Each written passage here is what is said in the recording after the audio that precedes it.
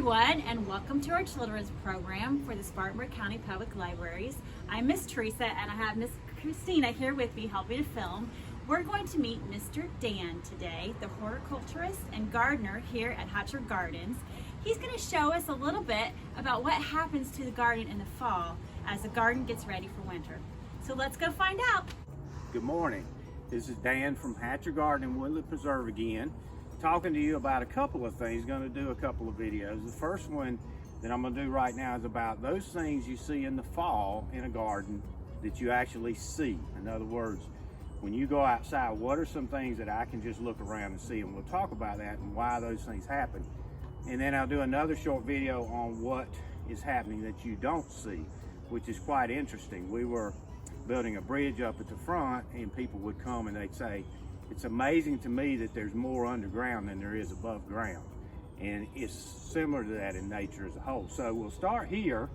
And one of the first things that everybody talks about in the fall is the color of the leaves are so beautiful.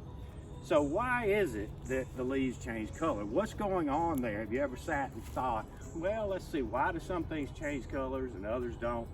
Why yellow and not red? Those are all things that you see that take place. Now I'm gonna shake this tree, and what's gonna happen is a lot of leaves are gonna come off of it. Now I didn't loosen those leaves up ahead of time. This is a part of a natural process. This is a red bud tree. Usually the red bud is probably one of the first trees to color, and also the tulip poplar. So if you're driving down the road and you look to the sides of the road right now, the middle of October, you're gonna see the yellows primarily. Those will be your poplars and your red buds. And what's happening is that the trees are going into a rest mode and they're dropping their leaves. So this leaf will slowly detach from the plant. And that process that creates the color is a chemical in the leaf. So as the plant starts to say, okay, I'm gonna shed this leaf, that color, that chemical creates that color. So different chemicals create different colors. Now, what is happening here is that the plant is shedding the leaf similar to your skin. If you think about your skin, you're constantly shedding skin cells, and new cells are coming up underneath. Now, if you look at these leaves, there's a lot of damage to this particular leaf. And so what happens is, if they held this leaf for more than 1 year, it would start next year with a leaf that's already damaged. So there's a process of healing that goes on when the leaf is shed. So these damaged leaves that have been eaten by insects, damaged by wind, bruised, they shed off, and then in the spring, new leaves come out that are not damaged, so they can begin a new process. So this process of rest is very important, just like our process of rest. Whether you know it or not, most of the healing that takes place in your body takes place while you're asleep. So if you worked real hard today and you go to bed a little bit stiff, during the night, your body is healing while you're sleeping. You get up in the morning, you might feel a little sore, but that process of healing has already begun. Well, that's what's happening here. We got to get rid of these old damaged leaves, get those gone, so that we can begin the process in the spring of new leaves that are not damaged. So that's one of the first things you'll see. Growth slows down. Obviously this morning I'm wearing a jacket, so when you're seeing this visit down in the garden, or seeing this video down in the garden, it's cool this morning. So we've got this little cool spell, so you can feel it coming. Some of the other things you might see, and I noticed yesterday, if you come to Hatcher Garden on a warm day, the turtles are out. There are little toads that are hopping across the path. Not gonna see much of that this morning because everybody's kind of heading to their places that they're gonna stay. You'll hear lots of birds getting ready. They're pimping up their nests a little bit so that they're going to be warm this winter. Their feathers are starting to thicken up a little bit, so there's a lot of things happening in nature. So squirrels are eating lots of seeds, fattening up a little bit, getting ready to go into winter. So we're going to move down to another area and talk about a whole nother aspect that you've probably seen, but you didn't realize what was going on. I'm going to explain that. We've moved to maybe 20 feet down into a little valley.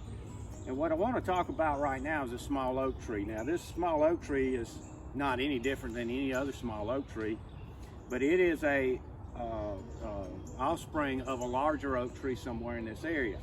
When I was young, I would go through the woods, and as the big oak trees would lose their leaves, I'd often notice that the small oak trees stayed green.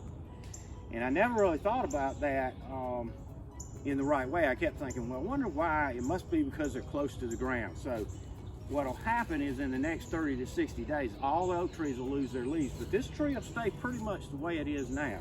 So you can see it's holding onto those leaves, and it's still pretty much green. Well, let me tell you what's really happening here.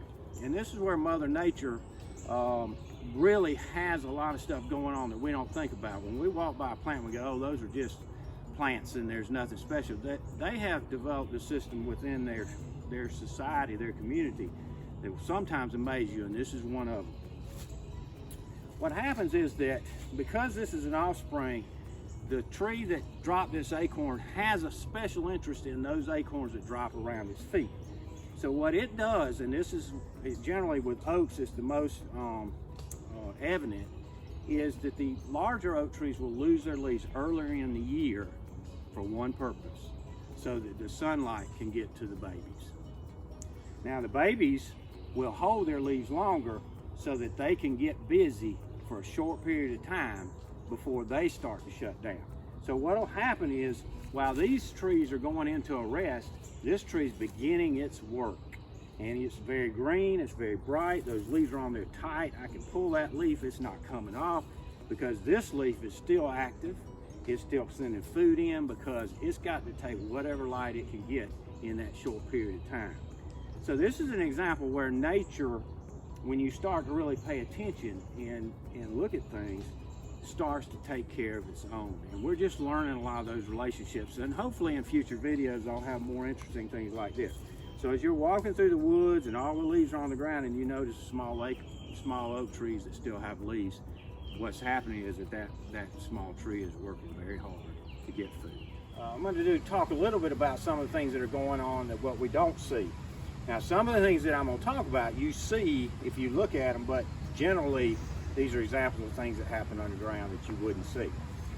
This is a bald cypress. A bald cypress is a conifer, which means it's a plant that gets a cone. The bald cypress is a deciduous conifer. Most conifers, like the pine and the spruces, are evergreen. A bald cypress is deciduous, which means it drops its leaves. So if you watch the other video, that means that it's going into a season of rest or repair, and it'll send out new leaves. And so it won't be long before this one turns cinnamon brown. But what I want to talk about is the Cypress Knees. And the only reason I'm using Cypress Knees is because we can see the root system above ground. So I can explain what I'm going to talk about. It generally happens underground, but here's an example of what happens above ground. In the fall, one of the things that starts to happen is as these leaves start to become less useful to the tree, the sugars and all the stuff that we're storing, this tree has been producing, heading down the trunk, are going into storage. So just like we do a root cellar, it's interesting that if you're in the country and you do a root cellar, it's where you store your stuff for future food. Well, that's what the tree does. The tree sends its food down into the root system. So if you could see the root system underground, it grows in the fall. Generally, it'll push up. So as you scan here, you'll see Cypress Knees, which is an above ground root. You'll also see asphalt cracking.